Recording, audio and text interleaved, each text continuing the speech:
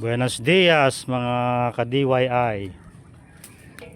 Andito kami ngayon ni Makmak sa farm. Ito, kakapawala pa lang namin ng mga kambing. Ayan sila oh.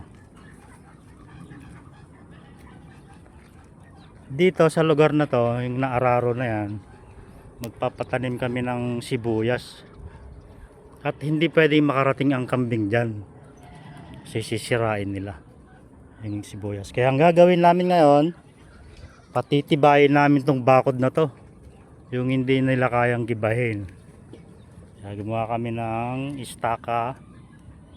Doon maglagay ka na ng alambre, Mak. Ito ang helper ko. O yan, sinira na kagad oh. Sisirain nila sigurado yan pag nakita nilang kulay green na yung mga sibuyas.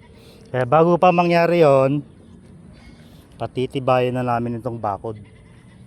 Ayan, si Makmak oh. Mak, maglagay ka ng, ng alambre. Mamaya talagyan natin, dagdagan natin yung istaka. Ganyan. Ganyan ang mangyayari dyan. Talagay kami ng istaka. Tapos yung alambre, hindi na kayang sirain ng kambing yan. Sigurado naman, siguro. Yan. Yan ang gagawin namin ngayong araw. Yan, yung mga kambing. Okay. Thank you.